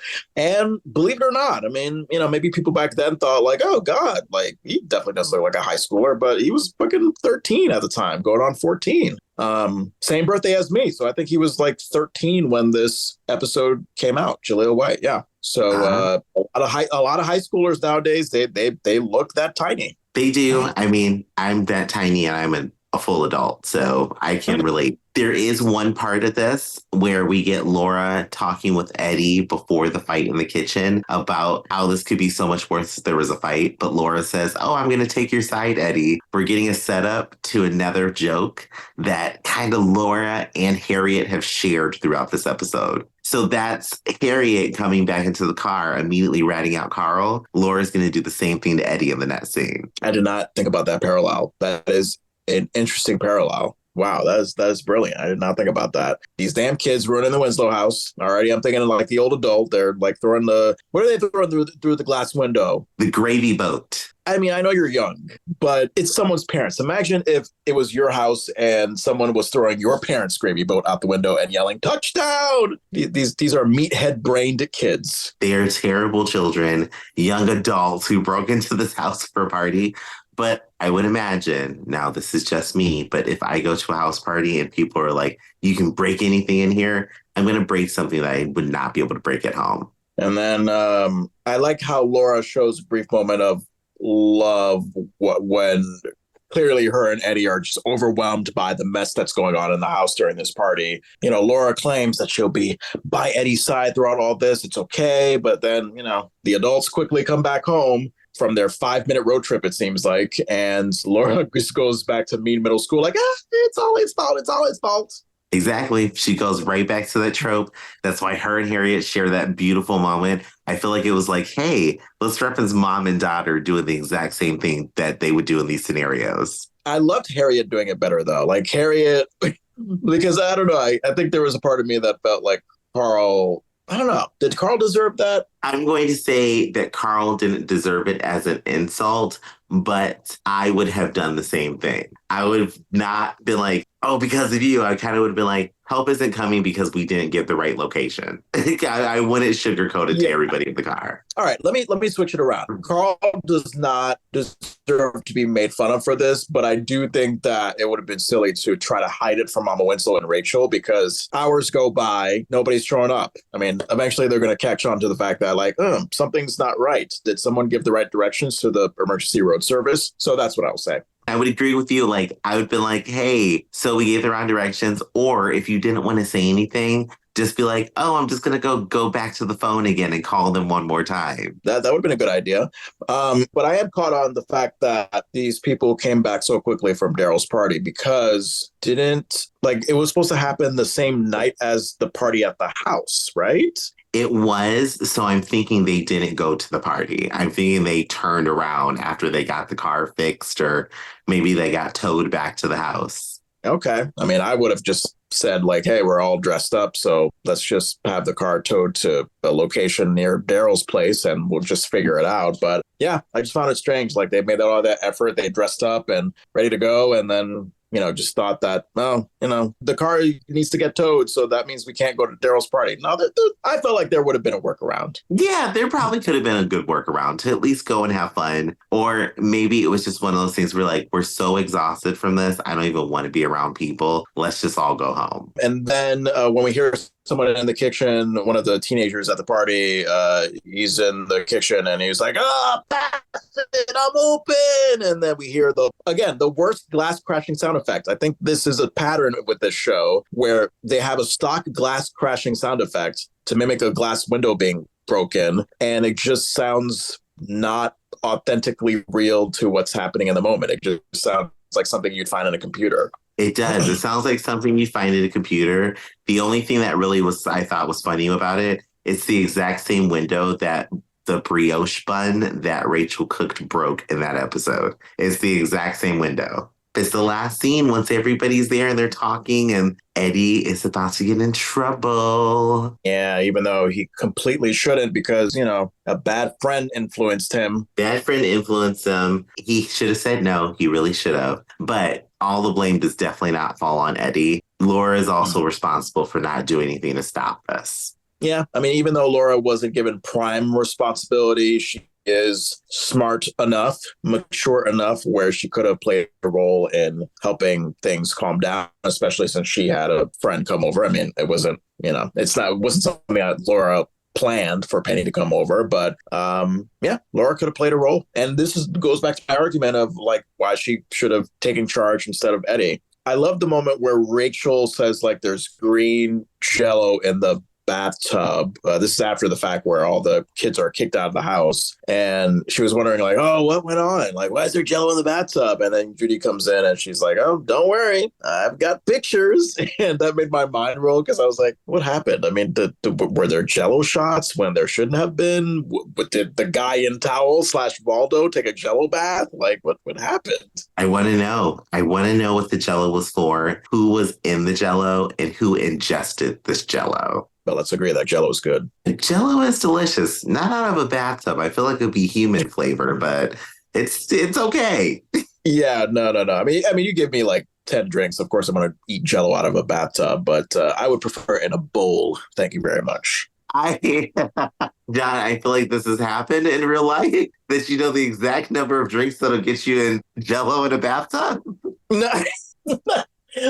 I said like 10 drinks. I said like 10 drinks. I didn't say 10 drinks exactly. I just put a figure in my head. I just thought, you know what? If I'm like 10 drinks in, then yeah. I mean, think about it. Like, think of 10 of the strongest drinks that you'd be drinking in a row, and you're still functional, not quite ready to throw up or pass out yet. And someone says, hey, jello in the bathtub right now. Like, you would probably be like, fuck it, why not? I'm already plastered anyway. I'm not going to eat it, but I am going to jump in it. Okay. I mean, naked or with clothes on? Maybe both. Maybe I'll start with clothes on, and then if it feels good, take my clothes off. But I'm jumping in it. If there's that much jello, I want to be gelotized. I am jumping into it. Okay. And you know what? Some sources may say that it improves on your skin pimples. With a lemony flavor. Yep. Oh my God. Anyway, so Carl flabbergastingly, like, he exclaims that these kids threw a gravy boat through a window and asks like why they would do that. And I love how Eddie's just like, Dad, they were playing football. Duh. Like, it's a normal thing to be doing that. He does say it so matter-of-factly, like, Carl, you should understand that this is how football is played. Stick to basketball, Dad. It reminded me of you taking Eddie's side in the Buddy Goodrich episode when Carl was being the sensible one and like, oh, Eddie, like, why would you throw a football through the house? And Eddie's like, well, who bought me a football? Well, Carl should have known a gravy boat is football shaped and kids are going to play football. So that was his choice and he should have understood that. So Carl should never buy gravy boats because he should know that they're not going to be used for just gravy. Yes, he should. And this should be a learning experience for Carl because I feel like Eddie was bamboozled because we know Eddie is the character people can take advantage of. Carl loses again. My God. And then Harriet suggesting to Carl that they should kill Eddie because they're still young and can have children. And I'm sorry. I mean, maybe this sounds awful, but I was like, man, both of you guys are pushing to your 40s. Not quite so young at this point to be having children. I think you passed that point. Yeah, at this point, you're kind of past the boat where it's like, oh, we're going to start the family over again. Do you really want to do that? You're almost done with one of them. I do recall that moment, though, when Carl and Harriet, they give Eddie the parent speech. It was nice to see a show of support from Laura there because, like, she apologized too. So she took responsibility. Like, Eddie was apologizing. Laura's apologizing too. I mean, again, it would have been great if Eddie, kind of put Rodney into the situation and maybe Carl and Harriet had a speech of like, oh, well, maybe you should reconsider having a friend like Rodney. But we don't get that because poor Eddie is just stupid and dumb and doesn't deserve any sort of forgiveness or sympathy, according to the writers. No sympathy, no forgiveness. Hopefully growth is what we get, but we'll see when these next episodes come up. Like, I did like when like Eddie, like that moment where he was like, oh, I guess we're grounded. And Harriet had that intensely angry mom look that was like, into dust. She was ready to destroy their worlds. Harriet probably burned everything in the house that night. And then the last moment when, like, remember Carl was sitting down on the couch and he heard humming from under the cushions and he lifts one of the cushions to reveal Steve. I wonder how, like, suffocated and like hot Jaleel was waiting for that cue, like while like under the couch. That must have been miserable for his tiny self. That had to be terrible. I can only imagine how hot, like you said, it would be he being in there and then just having to just sit there in that one position. I would have felt so claustrophobic. This episode was okay. This episode was not a full meal to me at all.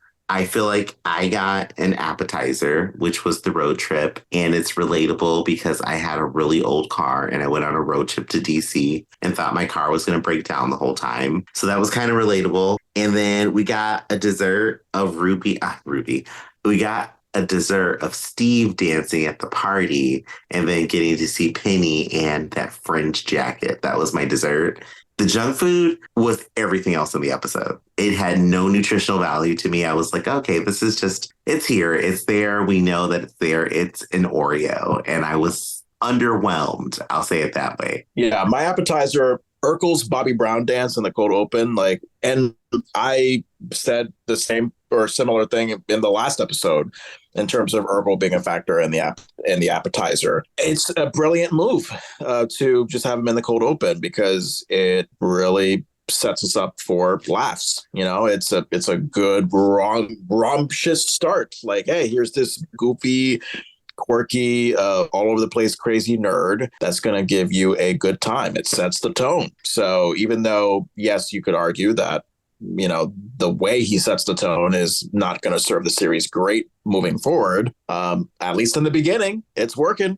It's working. So that was my appetizer, was just like, man, that Bobby Brown dancing, it's got me paying attention. In terms of the main course, I thought that Eddie could have easily been like the guilt-free, good time having, rebellious teenager throughout the house party experience. And then, all of a sudden be like, oh, shit, I got caught at the last minute. But no, like throughout, you saw him have a heart. You saw him have like this guilt, this reluctance, like, oh man, this feeling in the pit of my stomach. I'm doing something wrong. My parents set rules and I don't want to know what happens when they find out that I broke them. Like, he has heart, he has compassion. And I like that because we've seen a lot of dumb moments from him, and to show that at the center of it all, that he does have a sense of morality, a sense of right versus wrong. I thought that made a very delicious main course.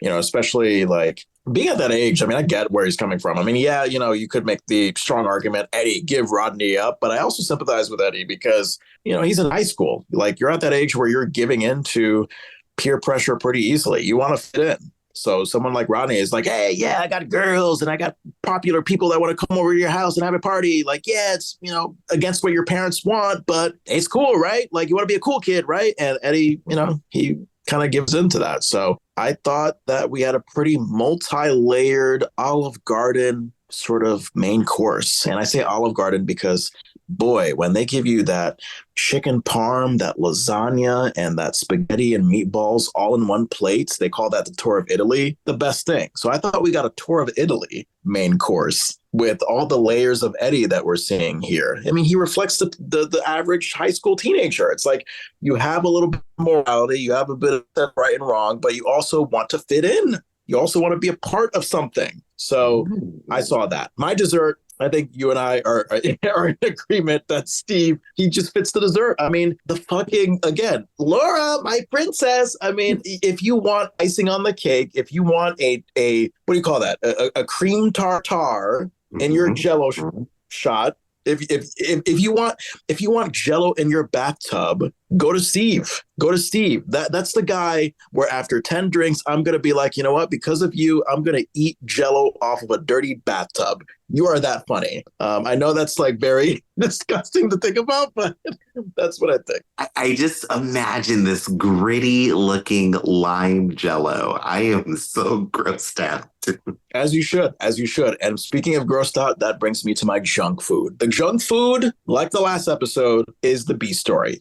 Because again, I think that the B story could have been an A story for another episode. I think that we were underserved when this story of like, oh, Carl, like, getting ready, roasting jokes, blah, blah, blah, for Daryl's 40th birthday party. Mama Winslow clearly likes Daryl more than Carl. Like, so many layers of, comedic and dramatic stuff that we could have seen. But nope, what do we boil it down to? Just, our car broke down a half hour from Sheboygan and we end up getting it towed back to the house in Chicago. The end. Like, we talk about like how there are scenes that abruptly ended. I feel like that entire story is like the epitome of the abrupt ending, just something that didn't really satisfy me. Yeah, just like a McDonald's experience, you know, you eat it and then maybe you get like a nice hit off of it for a second because it's like, oh, the potential, like Carl and Daryl, what are we going to see? And then what happens? You feel bloated, you're farting 10 million times. It's just, it doesn't turn out to be what you wanted it to be. So that is my rating of this entire episode, if that makes any sense at all. That makes tons of sense. Would you want to see an episode that's centered completely around their trip? Like the kids and the rest of the family are not even in the episode at all? Yeah, I do. You get a perfect mix of comic and drama. Like the drama, again, is the Carl and Daryl, like, oh, who's the better brother? Who's the brother that's liked most by the mother? You get a lot of funny moments from Mama Winslow. I mean, yes, Mama Winslow, like she has that great tendency to both break your heart with how she treats Carl, but also make you laugh. Rachel, Rachel is going to be like fucking like Miss Gaslighting and picking up guys and doing whatever goofy supporting comic character thing she's going to do. Harriet's going to have the sass. So I think it would have been a perfect episode. I am with you there. I would have loved to have seen that episode. So somehow I keep thinking of Darnell when Daryl is mentioned. Like at first I thought, oh, wait a minute. Like, does Carl also have a brother named Darnell? So forgive me. Anytime like Daryl comes in my head, I think, oh, he's like a really big, heavy set person, like one of the Darnells in the last episode. That's why I kept looking down at my notes and I was like, wait, Daryl was last episode. And I'm like, no, those are the Darnells. Yeah, so similar. So similar. Let's go away from the Dares names. Give us somebody named Peter or like John. We need some other names out here because everything's starting with D's. Or Tortoise. Oh, I'll take a little Tortoise. Like, oh, your friend Tortoise is coming over. Now that sounds like somebody you'll end up in a mud pit with. Yeah, or Rambusa. That sounds contagious, but I'd still be down to meet this person. Exactly. So contagious that you want to roll around in the mud with them. And then next day you're going to the doctor and they're telling you have 3 months to live, all because you rolled around in the mud with Rambusa. Oh, poor hand, foot, and mouth disease. That's terrible. Woo. All right. Sorry. It is 11:49 at night as we're recording this. So as you can tell, I'm a little bit crazy. Is okay. I mean, that wraps up the entire episode right there. It was good, clean fun. But again, for me, I just got an appetizer and a dessert. So I'm hoping our next episode, I get a more filling meal here. I hope so for you too. I mean, our next episode is going to be The Big Fix, original air date, February 9th, 1990. You can follow us, as always, at Family Matters Rewatch Pod on Threads, TikTok, Facebook, Instagram, YouTube. Email us, thedeliciousrecap@gmail.com. Andrew, how can people stalk you on the socials? Stalk me by looking up Ajay Vandertunt. If you just type in Vandertunt, you will find me. It's just Vandertunt. That's all you gotta do is type in that on any social media platform now. And I will be there. Even the obscure ones like Vero, which is weird. And you guys are weird, and I am there for the weird. Vero, that's a social media app? It is. It's Vero, and it is weird. Don't ask me how it works. I just know that I go on there and I see weird stuff and I like it. Oh, God. All right. Well, that's about it. Do you want to take us out? Let's take us out because this was fun. This was a good, delicious time. So the deliciousness is ringing.